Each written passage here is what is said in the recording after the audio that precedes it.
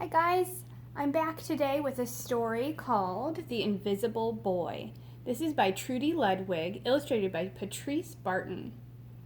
Okay. This is a story about a boy who feels invisible sometimes. Have you ever felt invisible? Like someone wasn't noticing you or paying attention to you? Yeah, it feels invisible, doesn't it? Well, let's take a look at our story. The Invisible Boy.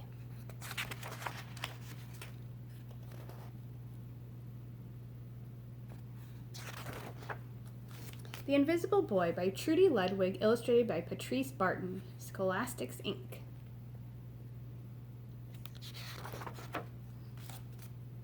Can you see Brian, the invisible boy? Even Mrs. Carlotti has trouble noticing him in her classroom. She's too busy dealing with Nathan and Sophie.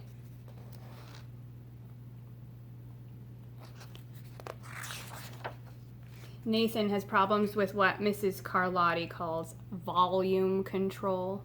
He uses his outside voice inside too much. Sophie whines and complains when she doesn't get her way. Nathan and Sophie take up a lot of space. Brian doesn't.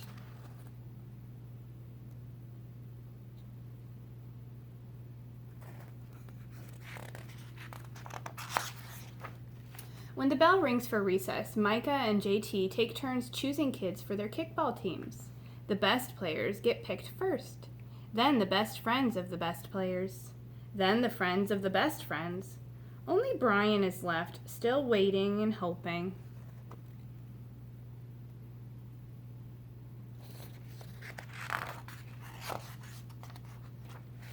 JT glances in Brian's direction and just as quickly looks away. We've got enough players for each team, he tells the others. Let's play ball.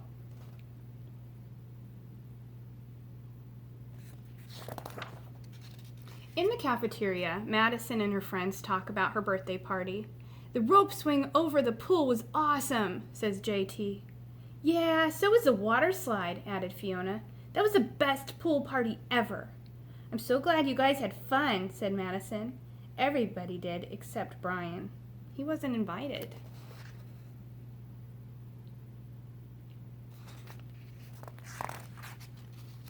At choosing time, while the other kids play board games and read, Brian sits at his table doing what he loves to do best. He draws fire-breathing dragons scaling tall buildings. Thank you for toasting my marshmallow, it says. Space aliens locked in intergalactic battles. I gotcha now! Crackers? Arg! Yay! Greedy pirates digging for treasure. And superheroes with the power to make friends wherever they go. Hi, friend. Have a cookie.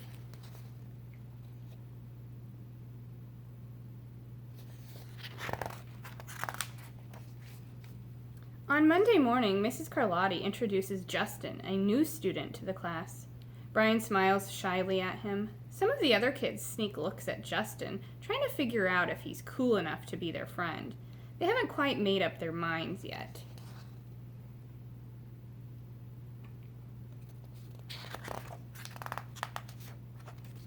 At lunch, Madison and JT watch Justin eat with chopsticks. What's that? asks Madison as she points at Justin's food. It's bulgogi. Bul what? Bulgogi. It's Korean barbecued beef.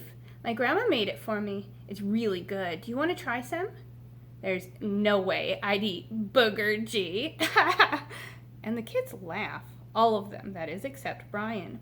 He sits there wondering which is worse, being laughed at or feeling invisible.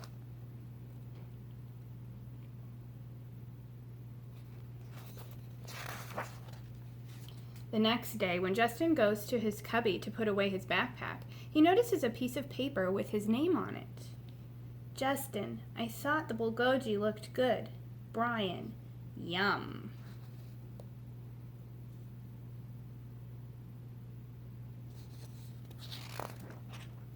At morning recess, Brian finds a piece of chalk on the ground and starts drawing away. You're Brian, right? Yeah. Thanks for the note. Hey, Justin, Emilio calls out from the tetherball court. You're up next. Sorry, I gotta go, says Justin. By the way, that's a really cool drawing. he adds before taking off.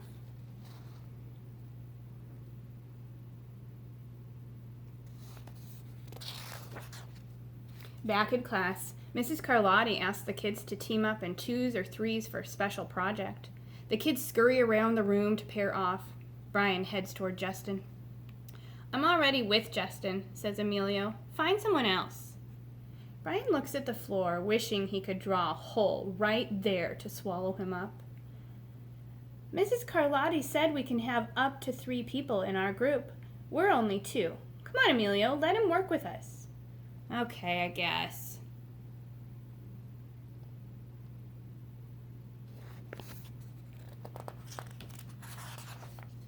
Mrs. Carlotti gives the class directions for the project. Your assignment is to work together to write a story about what you see in the photograph. Use your imagination and have fun. Whoa, cool, says Emilio. What kind of people do you think would live in houses like that? I don't know, but I bet Brian could draw them to go with our story, says Justin. Brian smiles as he takes out his lucky pen.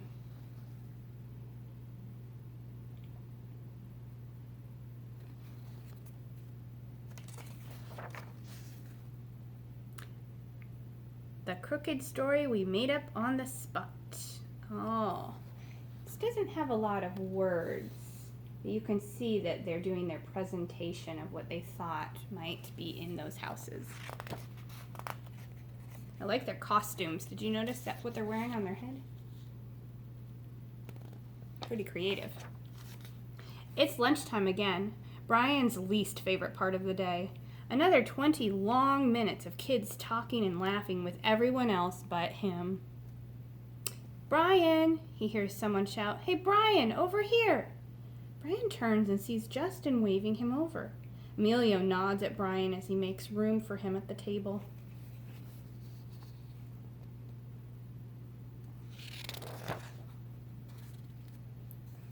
Maybe, just maybe, Brian's not so invisible after all. Cookie? Thanks. You notice something about Brian's coloring coming back? Yeah.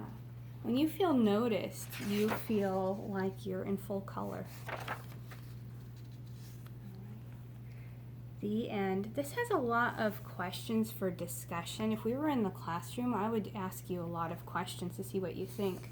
But I want you to think about this. Have you ever felt invisible like this? It really helps to extend your hand out and say, hey, come and join us. You want to play with us too? Everybody is worth being seen. All right. I'll see you next time. Bye, guys.